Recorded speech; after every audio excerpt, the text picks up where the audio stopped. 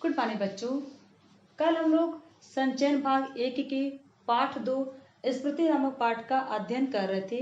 बच्चों, हम लोगों ने यहाँ तक पढ़ा कि जब लेखक को उनके बड़े भाई साहब ने चिट्ठियों को डालने के लिए मक्खनपुर के डाकखाने में कहा तो लेखक अपने छोटे भाई के साथ चिट्ठियों को डालने के लिए निकल पड़े।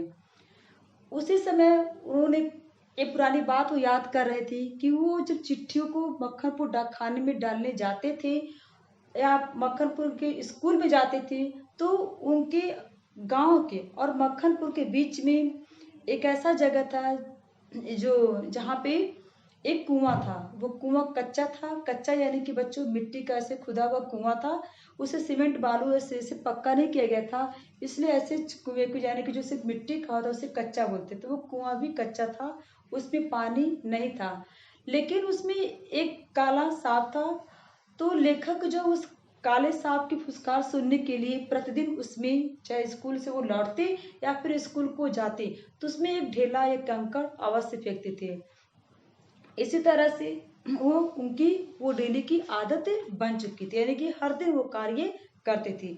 आइए अब आगे बढ़ते हैं। तो बोले कि जब उनके भाई ने कहा कि वो चिट्ठियों को मक्खनपुर के डाकखाने में डालें तो बोले कि हर दिन की तरह आज भी मेरा मन हुआ कि मैं उस कुएं में वो ढेला यानी कि कंकड़ फेंकूं, और इसलिए वो कुएं की तरफ बढ़ने लगे। उनके साथ साथ उनका छोटा भाई भी आगे बढ़ने लगा। आइए आगे देखते हैं। कुएं के किनारे से एक ढेला उठाया और उछलकर एक हाथ से टोपी उतारते हुए सांप पर ढेला गिरा दिया। ये बोल रहे हैं कि कुएं के किनारे में पहुंचा तो कुएं के किनारे से मैंने एक ढेला उठाया और उस ढेले को मैंने उछल करके एक हाथ से टोपी पकड़ा, मतलब टोपी को उतारते हुए, और दूसरे हाथ से जो है मैंने ढेला को कुएं में गिरा दिया। पर मुझ पर तो बिजली से गिर पड़ी। बिजली से गिर पड़ी मतलब बच्चों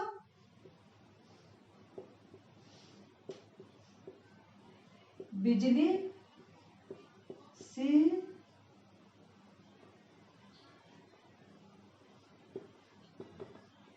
गिर पड़ी, यानी कि अचानक अनर्थ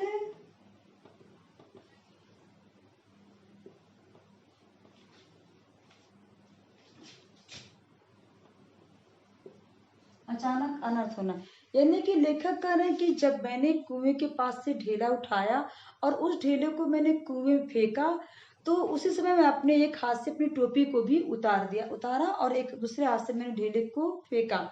लेकिन कुआं जो है गिरा कि नहीं गिरा मुझे नहीं मालूम, पर मुझ पर बिजली सी कौंध पड़ी। ऐसी अचानक ही मुझे एक अनर्थ सा महसूस हुआ, अनर्थ होने का आभास हुआ। सांप ने फुसकार मारी या नहीं मारी, यानी कि सांप ने बोला है कि उस समय मुझे ये ध्यान नहीं रहा कि सांप ने को मेरा ढेला लगा कि नहीं लगा, उसने फुसकार मारी कि नहीं मारी, यह अब तक स्मरण नहीं है। स्मरण मतलब क्या होता है बच्चा? याद है, मतलब होता है याद। तो कह रहा कि मुझे नहीं याद है कि उसको ऊपर ढेला लगा या उसने फुसकार मारी कि नहीं मारी। टोपी के हाथ में लेते तीनों चिट्ठियां चक्कर काटते हुए कुएं में गिर रही थी। बच्चों, यहाँ पे लेखक को अच्छा बिजली सा क्यों लगा? क्यों तो बिजली सा मतलब उनको लगा क्योंकि जब उन्होंने अपनी सारी चिट्ठियों को टोपी में रखा था, यानी कि टोपी में उन्होंने अपनी सारी चिट्ठियों को टोपी में रखा था, और जब एक हाथ से वो टोपी उतारे दूसरे हाथ से ढेला फेंकी तो टोपी उतारते हुए तीनों चिट्ठियां जो उन्होंने टोपी में रखी थी वो चक्कर काटती हुई उससे कुएं में गिरने लगी। मेरी तो जान निकल गई। नहीं, कुएं में गिर रही थी, यानी कि बोले कि वो सारी चिट्ठियां कुएं में गिर रही थी। अकस्मात जैसे घास चरते हुए हिरण की आत्मा गोली से हत होने पर निकल जाती और वह तड़पता रह जाता है। यानी हत मतलब होता है बच्चों अकस्मात मतलब अचानक।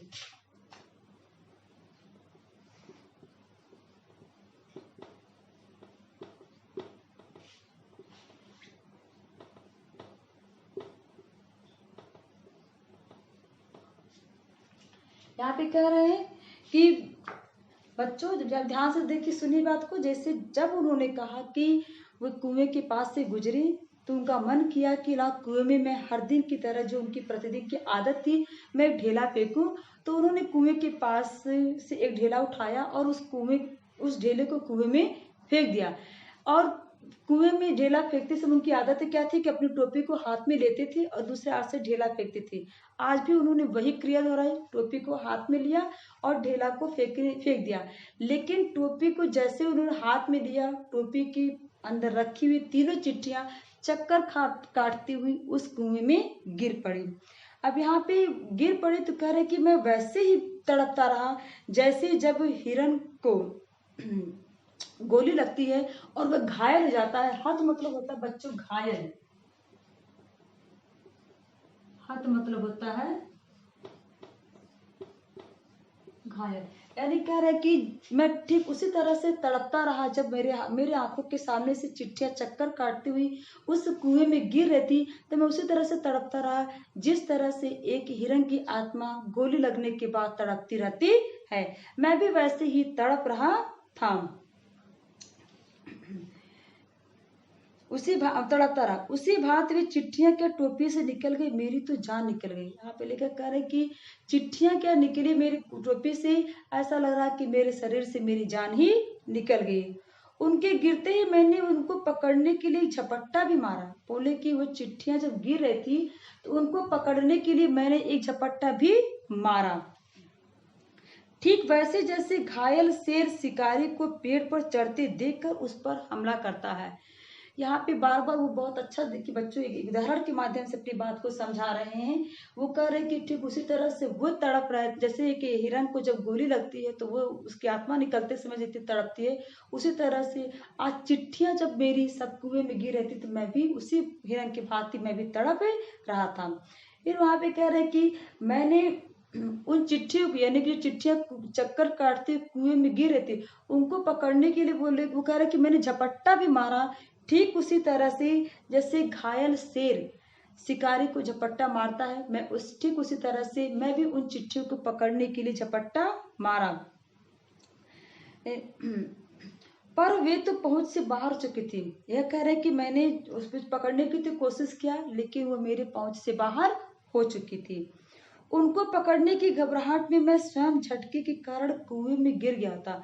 बोले कि अगर मैं उनको पकड़ने की कोशिश करता तो शायद मैं ही कुएं में गिर गया होता, अगर मैं उसको और पकड़ने की कोशिश करता। तो बोले कि मैं बार बार बचा। कुएं की पाट पर बैठे हम रो रहे थे। पाट मतलब होता है बच्चों पत्थर, पाट मतलब पत्थर।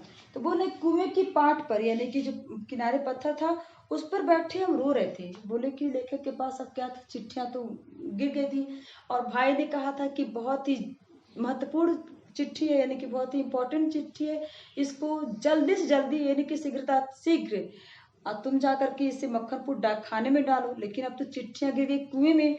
तो बोल रहे कि इससे दुखी होकर के वो जो कह रहे हैं कि मैं बैठा वहां पे, यानी कि उस कुएं के पाट पे बैठा मैं रो रहा था। छोटा भाई दाढ़ी मार कर और मैं चुपचाप आंखें डबडबा कर, यानी कि दाढ़ी मतलब होता है बच्चों जोर जोर से।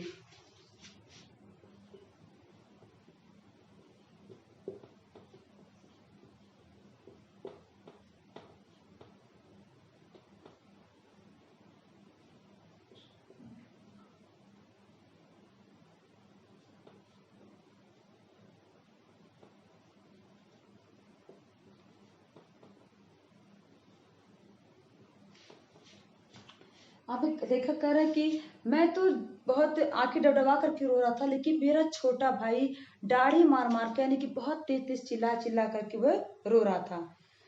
पतीली में उफान आने से ढकना ऊपर उठ जाता है और पानी बाहर टपक जाता है। यानी कि पतीली में उफान, यहाँ पर देखिए फिर एक उदाहरण दे रहे हैं कि जब पतीली में कुछ रखा और उबाल आता है, यानी कि जब वो उबलने लगता है तो उसका जो ढक्कन है ऊपर उठ जाता है और पानी बाहर टपक जाता है। निराशा, पिटने के भय और उद्वेग मतलब होता है बच्चों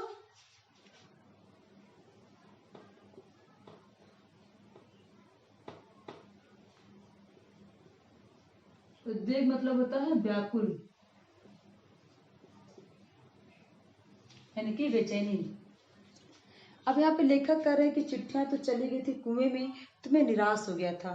पिटने का भय, और भाई बड़े भाई साहब से पिटने का भय भी था, और उद्वेग यानी कि व्याकुलता से रोने का उफान आता था, यानी कि मैं इतना बेचैन हो गया, मैं इतना व्याकुल हो गया कि रोने का जो है उफान आता गया।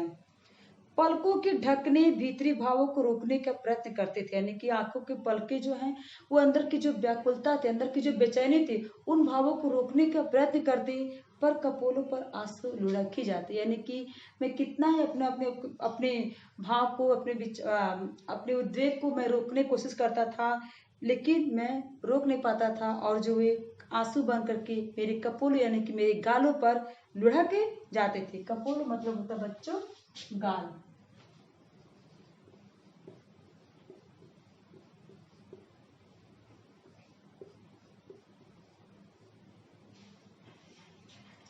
बोले कि वो लुढ़क जाते थे, माँ की गोद आ जाती थी। बोले कि ऐसे में जब बच्चे आप दुखी होते तो किसकी याद आती है? मम्मी की ना। यहाँ पर लेखक भी कह रहे हैं कि उस समय मुझे अपनी माँ की याद आ गई, उसके गोद की याद आ रही थी।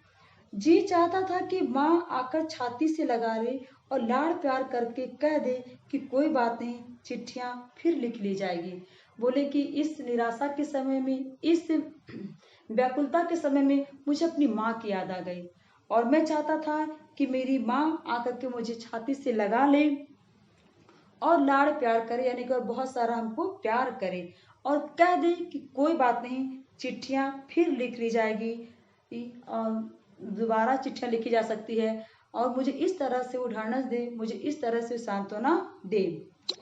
तबीयत करती थी कि कुएं में बहुत सी मिट्टी डाली जाए, और लेखक कह रहे हैं कि माँ क्या करते करते के साथ साथ उनके मन में एक और विचार आता था कि क्या करें कि कुएं में बहुत सारी मिट्टी डाल दे और घर जाकर कह दे कि चिट्ठी डालें, यानी कि बोले कि दूसरा उनके पास अब उपाय समझ में नहीं आ रहा तो उनको क्या करें। तो तरह तरह की बातें उनके मन में ख्याल आ रहा है। कभी उनको अपनी माँ के ख्याल आ रहा है कि माँ के अगर होती तो माँ लाड़ प्यार करती, कहती कोई बात नहीं बेटा, चिट्ठियां दूसरी लिख ली जाएगी। और कभी कभी वो सोचते हैं कि चलो इस कुएं में बहुत सारा मिट्टी डाल दी और भैया से, अपने भाई से, बड़े भाई से बोल दे कि मैंने उन चिट्ठियों को डाक खाने में डाल दिया। इस तरह के डर और निराशा से, व्याकुलता से, इस तरह तरह तरह की बातें लेखक के मन में आ रही थी। पर उस समय मैं झूठ बोलना जानता ही नहीं था। लेखक कह रहे हैं कि जिस समय की ये बात है, उस समय मुझे झूठ बोलना आता ही नहीं था। मैं झूठ नहीं बोल सकता था क्योंकि मुझे झूठ बोलना आता ही नहीं था। घर लौटकर सच बोलने पर रुई की तरह धुनाई होती थी। मैं झूठ बोल नहीं सकता था क्योंकि मुझे आता ही नहीं था, और अगर मैं सच बोलता हूँ तो मुझे घर आकर के अगर मैं सच बोलता हूँ तो मुझे रुई की तरह धुनाई, यानी कि रुई की तरह मुझे पिटाई जो है, अच्छी तरह से पिटाई होने का, रुई की तरह पिटाई होने का मुझे होती, ये मुझे पता था। मार के ख्याल से शरीर ही नहीं मन भी कांप जाता था। और भैया जिस तरह से मारते थे, जब उस बारे में वो लेखक कह रहे कि मैं सोचता कि मेरा शरीर ही नहीं, मेरा मन भी कांप जाता था कि किस तरह से मेरी धुनाई वो करते थे। सच बोलकर पिटने के भावी भय और झूठ बोलकर चिट्ठियों की न पहुंचने की जिम्मेदारी के बोझ से मैं दबा बैठा सिसक रहा।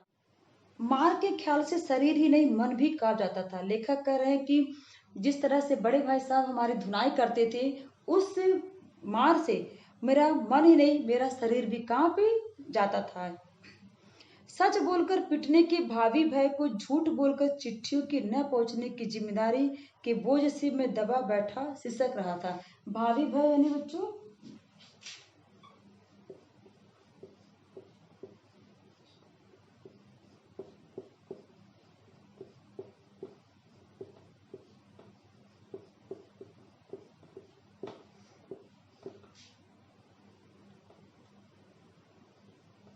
होने वाला डर। यहाँ पे लेखक कह रहे हैं कि सच बोलकर भावी भय, यानी कि अगर मैं सच बोलता हूँ तो आने वाला जो होने वाला जो डर भय था उससे मैं ग्रसित हूँ और झूठ बोलकर चिट्ठियों की न पहुंचने की जिम्मेदारी के बोझ से मैं दबा हूँ।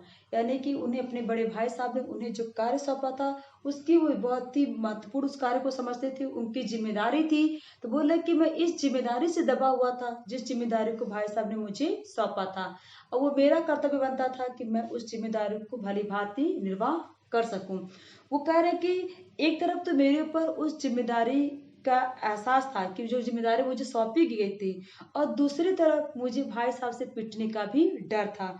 और मैं इन दोनों में मैं फंसा हुआ मैं बहुत देर तक बैठा सिसक रहा था। इसी सोच विचार में 15 मिनट होने को आए, और यही सोचते हुए कि मैं क्या करूं, क्या मैं सच बोल करके भाई साहब से पीटूं, या फिर मैं अपनी जिम्मेदारियों झूठ बोल करके अपनी जिम्मेदारियों को नजरअंदाज करूं। इसी सोच विचार में लेखक कह रहे कि 15 मिनट बीत गया, देर हो रही थी, यानी कि शाम का समय था। लेखक ने पहले ही कहा था कि 3:30 या 4 बजे का टाइम था, ठंडी का समय था, यानी कि समय भी अंधेरा होने को आ रहा था, तो देर हो रही थी। और उधर दिन का बुढ़ापा बढ़ता जाता था, दिन का बुढ़ापा यानी कि शाम हो रही थी, कहीं भाग जाने को तबीयत करती थी। और लेखक कितना भयभीत हो चुके थे, इतना डरे हुए थे, बोल रहे हैं कि कहीं भाग जाने की तबीयत करती थी, पर पिटने का भय और जिम्मेदारी की दुधारी तलवार कलेजे पर फिर रही थी। दुधारी मतलब बच्चों दो धार वाली।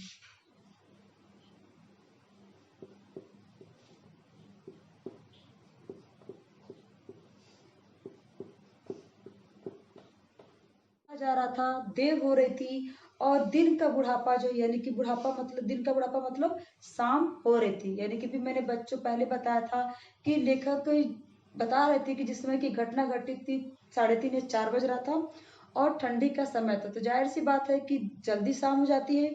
तो बोले कि उधर शाम बढ़ होती जा रही थी। तो लेखक इन सब से इतना परेशान हो गए, वो इतने व्याकुल हो गए कि वो कह रहे हैं कि कहीं भाग जाने की तबीयत मेरी करने लगी।